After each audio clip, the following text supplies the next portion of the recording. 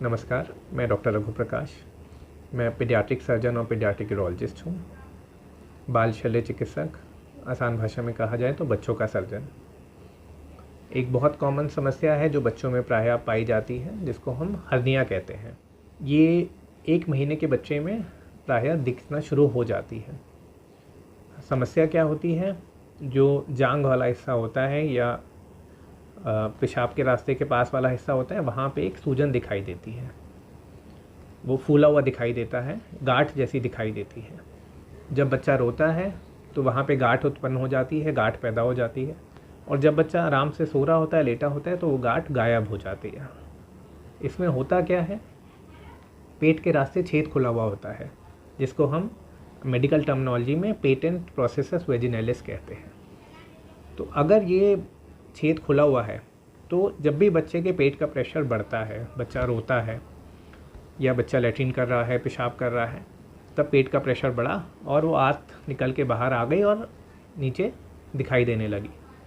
और जब बच्चा आराम से सो रहा होता है तो पेट का प्रेशर नॉर्मल होता है, आंत अपने आप अंदर पेट के अंदर चली जाती है, वो गांठ गायब हो जाती है और नॉर्मल दिखाई देने लगता है।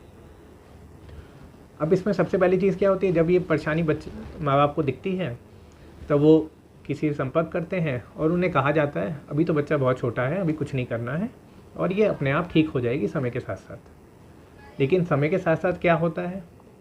छेद बड़ा होता जाता है। जो चीज़ पहले कभी कभी दिख रही थी वो हर समय दिखाई देना शुरू हो जाती है। जो गांठ पहले छोटी दिख रही थी, आँत थोड़ी सी आँत नीचे आ पाती थी, अब बड़ी आँत भी बाहर आने लगती है और वो गांठ जो है बड़ी सी दिखाई नीचे पूरे अंडकोश तक आके और दिखाई देना शुरू हो जाती है। दूसरी सबसे बड़ी समस्या क्या आती है इसमें? अभी तक तो ठीक है कि आंत आ रही है, जा रही है, आ रही है, जा रही है, किसी भी समय अटक जाती है। आंत अगर अटक गई, आंत में रुकावट पैदा हो जाती है, आंत सड़ सकती है, आंत खराब हो सकती है।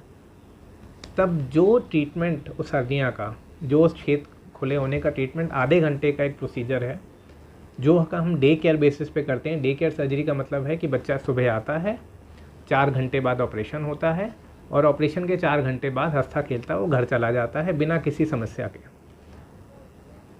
वही समस्या फिर एक गंभीर रूप ले लेती है। ऐसा प्रायः हर हफ्ते दिन में, 15 दिन में, हर महीने कोई ना कोई बच्चा ऐसा हमारे पास आता है जिसकी आंत अटक चुकी होती है, पेट चढ़ने लगता है, आंत खराब हो गई होती है, आंत में रुकावट आ जाती है और तब एक बड़ा ऑपरेशन करना पड़ता है। बच्चा 5-7 दिन भर्ती रहता है, आंत खराब हो गई होती है, आंत निकालनी ही पड़ जाती है और कभी कभी जान का खतरा भी बन जाता है। और सबको ये पता होता है कि ये परेशानी हमारे बच्चे को 1 महीने की उम्र पे दिखाई दी थी, लेकिन हमें ये बताया गया था कि जब बच्चा बड़ा हो जाएगा तब या तो ये ठीक हो जाएगी या फिर बड़े होने पर ही इसका इलाज हो पाएगा। तो इसका इलाज बहुत आसान है, जो मैंने आपको बताया। अगर हर्निया की समस्या आपको दिखाई दे रही है, आंत उतर के आ रही है, वहाँ पे गांठ दिखाई दे रही है, तो जल्द से जल्द तुरंत ही इसका उपचार अनिवार्य है। इसमें किसी भी तरीके की देरी संभव नहीं है। अच्छा, एक बात और बताना चाहूँगा, लड़कों और लड़कियों में ये समस्या दोनों में पाई जा सकती है। फीमेल्स में दूसरी प्रॉब्लम ये भी आती है कि आंत के साथ साथ जो ओवरी होती है, जो फीमेल्स का अंडकोश होता है, वो भी बाहर निकल के आ जाता है और एक सॉलिड हार्ड मास की तरह वो फील होता है और अगर ओवरी अटक जाए तो ओवरी ख़राब होने का खतरा भी रहता है। तो फीमेल्स में, मेल्स में, लड़कों और लड़कियों दोनों में ये समस्या है।